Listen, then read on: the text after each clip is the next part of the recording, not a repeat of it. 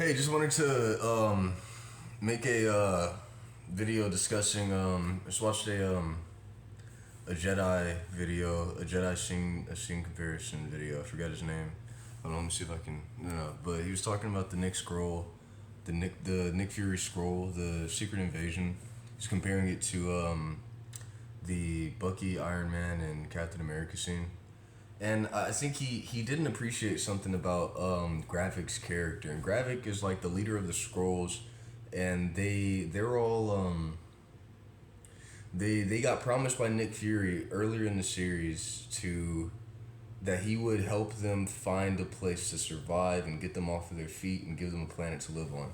And so we're in Secret Invasion, and they are now evil. They're like trying to survive. They're like, the promise was broken. We were left to fend on our own.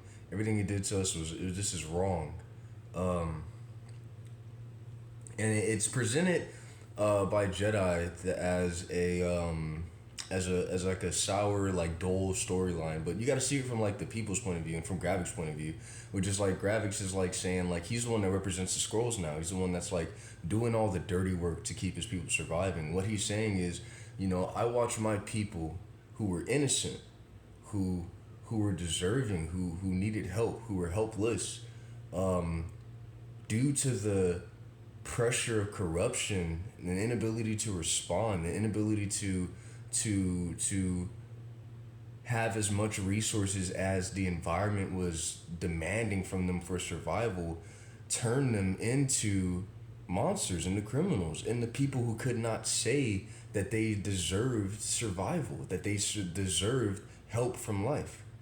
From these pressures that wanted to see my people no longer deserve survival, no longer deserve to be guided in this righteousness. I'm getting too preachy, but I think it's just that's a really underappreciated value, like impact of the character in general. And then there's Nick Fury's whole thing where with the Skrulls, he's like watching them, and he's like, he remembers that he broke his promise, but he also remembers two aspects here. One, he remembers them as victims.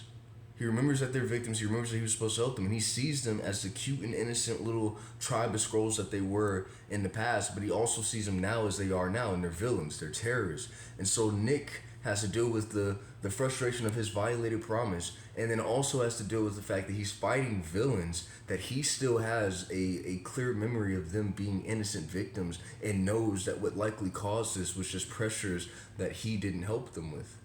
And so I think you're really underappreciating the character dilemmas that they're going through here. I mean, these are really heavy weights that are on every character. And even as Jedi is like discussing, even as he's like shitting on Nick Fury, it's like, yeah, that what you're doing in that video essay, that's what Nick Fury is going through. That is exactly what Nick Fury is going through. That's his whole arc there. That hate that you're giving him in that. The hate that you're giving him in your video essay, that's what he's going through right now. That's his whole thing in that story. That pressure that you're giving him is the pressure defining his character the entire time. So yeah. Otherwise, it's a good video. It's entertaining. But thank you.